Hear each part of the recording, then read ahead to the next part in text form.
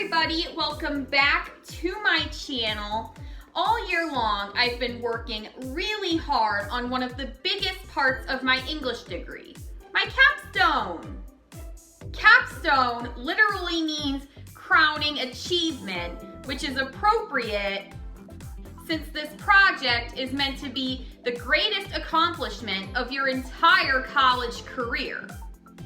If you're anything like me, then from the time you've heard about a capstone, the number one thing you've associated with it is nerves and stress. And I'm not gonna sugarcoat it. This project is nerve-wracking and stressful. In fact, I was so afraid of the nerves and stress that I didn't even have the necessary guts to register for it my 4th year of college, and that's how I ended up taking a 5th year. But at the same time, thinking like that will only make things worse. If you want to succeed on this assignment, you need to tackle it head on, knowing that if you do so, the result will be even better than you could have possibly imagined. In order to go into it with that mindset, you're going to need to consider everything I'm about to tell you. When you first approach your capstone, you're probably going to be freaking out because you think you don't know what you're doing. And I don't blame you. I mean, you can submit the most beautiful, clear, and concise project and still get an F on it if it doesn't fit within the guidelines your university has set for it. But one thing that will help curb your worry is that the faculty members guiding you through your capstone will make it so that you have a pretty good idea of what you're doing. I can almost guarantee you that your major's department has set a rubric, which is essentially the metric for how your project will be graded according to the outcomes your department wants you to meet in doing your capstone. The final thing you should do before you turn in your finished project is get out a copy of your capstone rubric, read back over your paper, and evaluate it against the rubric honestly. If you can't honestly give yourself at least a 3 out of 4 in every category, you still have some work to do. Once you turn this paper in, the capstone rubric will determine what you need to prepare for in the next step. I'll be honest, accepting criticism has never really been my strength, much less has it been giving criticism, but that's a conversation for another day. As a creative writing major, when I submitted my writing to peer workshops, I always hated the part where my peers would tell me about the weaknesses of my short story or poem. And that was for something I'd written just to write it, hoping to maybe get it published one day. So as you can imagine, I was terrified to get feedback on the project that would make or break my graduation status. But I just had to do it. If your capstone experience is anything like mine was, you're going to have a series of readers or one or more faculty members who volunteer to look over your project and evaluate it according to your department's rubric. It may be scary to hear what they have to say, but remember, your readers are here to help you get your project up to par and beyond. So take what they have to say seriously, as this is essential to getting a good grade on your project and ultimately your degree.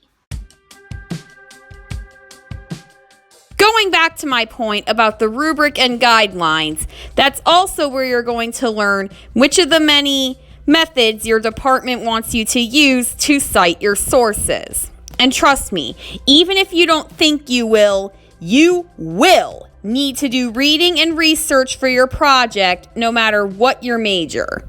At the end of your paper and presentation, you're going to be required to provide a works cited page which lists all the websites, books, journals, interviews, and other media you used to do the research you needed to do for this project. Depending on your major, You may at some point be required to provide an annotated bibliography or a works cited page on which you not only cite the sources you used, but briefly summarize them in terms of how they apply to your project. There are some online bibliography generators you can use, such as EasyBib, where you can cut and paste a URL or book title. In my experience, these help, but will only get you so far. Most universities require that freshmen take a writing seminar of some sort in which students are taught how to properly write college-level papers. If your writing seminar was anything like mine, you spent a considerable amount of time learning how to write annotated bibliographies. If you bought the textbook rather than renting it and still have it around, this would be a good time to break out that book and consult it on how to format annotated bibliographies in MLA, APA, Chicago, or whichever format your department has asked you to use.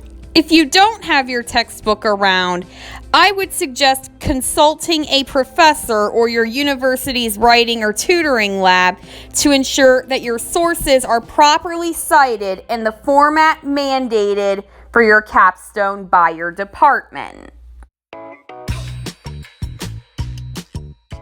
Once you get peer and faculty feedback on the first draft of your capstone, your next step is to revise it according to said feedback. Revision literally means seeing again, but in reality, seeing your project again is only part of the revision process. You won't necessarily be writing your paper all over again, but you're going to make some pretty big and necessary changes to it. Doing a capstone inherently involves your visual and literate senses. But when it comes time to revise your paper, it might help to also involve your auditory senses. What I mean by this is, you might want to try reading your paper out loud to yourself or having someone else read it out loud to you. This will really help you decide whether or not your paper sounds right. Anything that doesn't sound right needs to be addressed right away. But like I mentioned earlier, it's not enough for it to simply sound right. It needs to fit within the parameters of your department's capstone rubric. So when you listen to either yourself or someone else read your paper aloud, decide whether or not what you're hearing sounds like it meets the goals of your department for this capstone.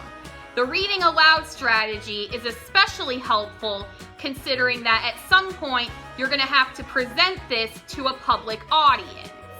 Either way, some of the best revision advice anyone's ever given me is that after submitting a paper for feedback and then getting said feedback, maybe wait a while before looking at it again to revise it.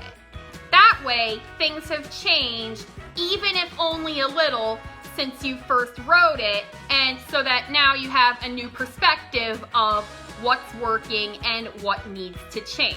Although it's inevitable that your first draft won't be quite good enough and will need to be revised, it's still important to consider this next step. You know the term self-fulfilling prophecies? Well, whether you think you're going to fail your capstone or get an A on it, that is a self-fulfilling prophecy. Like I mentioned earlier, I originally was so afraid of messing up my capstone that I didn't even take the necessary initiative to do it at first, which led to a horrible nightmare. What I did is what one of my professors calls awfulizing my capstone. As its name implies, you awfulize something when you think only of the worst possible outcomes, which puts you in a mindset that leads to these worst possible outcomes. But at the same time, I've also fallen into this trap of this is easy, which I mistakenly told myself as this is easy, therefore you don't need to put in any effort or do any work. Which, as you should know by now if you didn't before, is not the case when it comes to a capstone. I know you're probably so confused because I'm telling you not to tell yourself that it'll be too hard, but also telling you not to tell yourself that it'll be easy, and it probably doesn't make sense to you. So basically what you should tell yourself is that this project is a lot of work, but it will be doable. Say it with me. It is doable. It is possible. If you keep thinking like that, you'll tackle the project head on while actually doing the necessary work and ultimately amaze whoever's giving you your grade. Thank you all so much for watching. If you came over here because you were freaking out about your capstone, I hope I've helped calm your nerves a little, or at least given you some advice on how to approach it in such a way that you'll pass the assignment, if not get an A on it. What's your project going to be?